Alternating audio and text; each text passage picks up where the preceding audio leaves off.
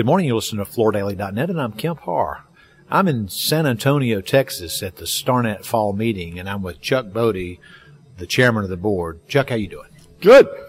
Glad to be here. You're also the co-owner with your wife of CB Flooring up in the Washington, D.C. area, actually in Columbia, Maryland, and that's what I want to talk to you about. I know you're a little bit of retail, mostly commercial, and a little bit of builder, right? That's correct. We're a multifaceted, but mostly a commercial flooring contractor. The retail business is not sustaining the growth levels that are occurring in the commercial market. So we're up, but we're not up to the degree that our commercial business is. So it's safe to say that when it comes to Starnet, you're one of the top 10 contractor members. You do a big business up there. What I wanted to talk to you about, Chuck, is these tariffs. Some people don't understand how it affects a commercial contractor.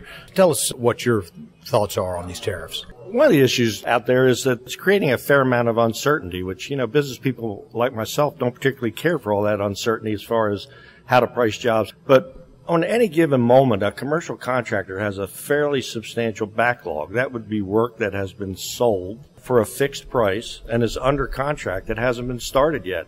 So if the government decides, as they have, to impose tariffs during that process, that work is significantly impacted as far as profitability with this unanticipated cost. Honestly, it's a fair amount of money to most contractors of my size. So how do you react? I mean, so you can't go back to the general contractor and say, hey, that job that you hired us to do, the price has changed. They won't take that, will they? No, the general contractors have no tolerance whatsoever for you coming back and trying to extract more money from them, because the owner has already committed to build the project at a certain price. So the tariffs are having a significant impact, and it looks like the person that's left holding the bag could very well be the commercial contractor in this situation. Now, we have certain manufacturers that are working with us better than others on this situation, and we're going to get our way through it. Right now, there's two things I'm scratching my head about, because there's material being sold to us that's been in the United States for some time, and if the transaction occurred where it's shipped to you after the effective date, they're charging the tariff for that, even though it's been in the country for an extended period of time. I don't really understand that. The second thing is the tariff's been announced now for a full 10%. But the way I calculate that 10%, it should be on the manufacturer's cost. It isn't on my purchase price. So it seems like the tariff that should be passed on would be in the 7% range at most. It shouldn't be 10%. So let's say you've got a bid out right now. You're awarded the job. You know it's not going to install until 19, and you're hearing that there's going to be a 25% tariff on that type of flooring. How do you react? We're going back to every proposal in our system, and we're adjusting the proposal, and we're sending it out to the end user or general contractor prior to award. And you should be on those conversations when they get those proposals. It's not really going over all that well. Conceptually, I think the government is on a track where they want to try to bring manufacturing back to the United States and create jobs. It's all a wonderful theory. But unfortunately, I think the problem is the costs that are going to be incurred by the existing business community are probably going to end up stifling the economy. So let's look at it by surface type, because I think in many instances you may have a domestic or equal that you could go to. But when it comes to LVT, there's really not many options, are there? No, and the market has trended towards particularly Chinese LVT, which has been price sensitive, because there were no restrictions on that, and the market of its own accord has created a demand in China, which is having a whole lot of LVT come flood the marketplace over the years, and now we have to change paths on that because the administration has decided it needs to be tariffed immediately. Yes, there are some domestic options out there, and there's domestic options that we do a lot of business with. We're doing everything within our power to shift that business from Chinese-made product into U.S.-made products if we are financially able to. That meaning the price is semi-competitive with that which we figured.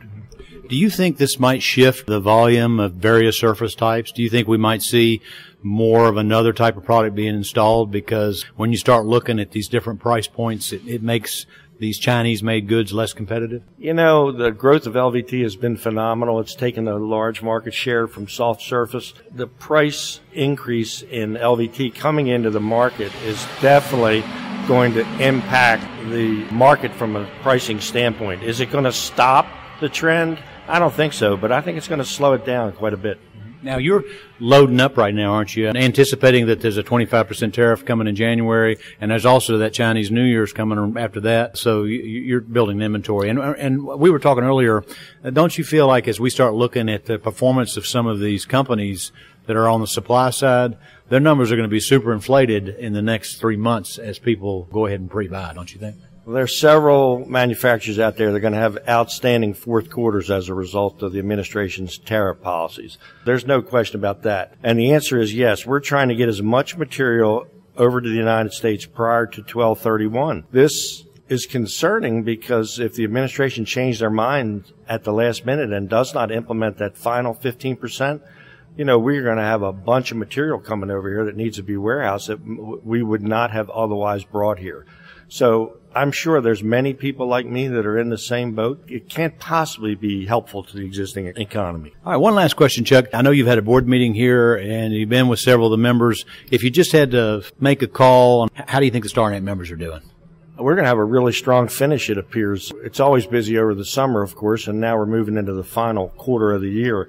But as we look at the numbers, it certainly appears like our business overall with a lot of our manufacturers is a very positive situation. So 2018 is going to end up being a great year for StarNet. As chairman of the board, I take a look at what's coming up, though, and I think that the hectic pace will probably continue into 2019, but we're taking a look at what's going to happen in 2020 as some of these things in the economy take effect, particularly rising interest rates, in addition to this tariff situation. So things are great now. At some point, the music will stop playing, and I think everybody needs to be on guard about that. One last question, Chuck. As you at CB Flooring, you look at the labor issues. How are you managing through that? We went through the busiest summer that I've had in 43 years. It was extremely stressful. There's certainly a major top 3 industry concern about who's going to be installing our products in the years ahead. That is an issue that we're going to need to deal with as a top 3 issue for the cooperative. We managed to get it done with our workforce in the particular market we're in, but there are several fellow members who are stressed out about not having sufficient labor to install the products. So I think this is an industry-wide problem that's going to have to be addressed because it's not going to go away anytime soon. There has to be more apprenticeship programs. There has to be more training. We have to encourage young people to get into the trades and as opposed to going to college. All those things need to occur. All right, great. Chuck, good to talk to you. Thanks for talking to our listeners. Again, been talking to Chuck Bode with CB Flooring in Columbia, Maryland, and you've been listening to Kemp Harr and FloorDaily.net.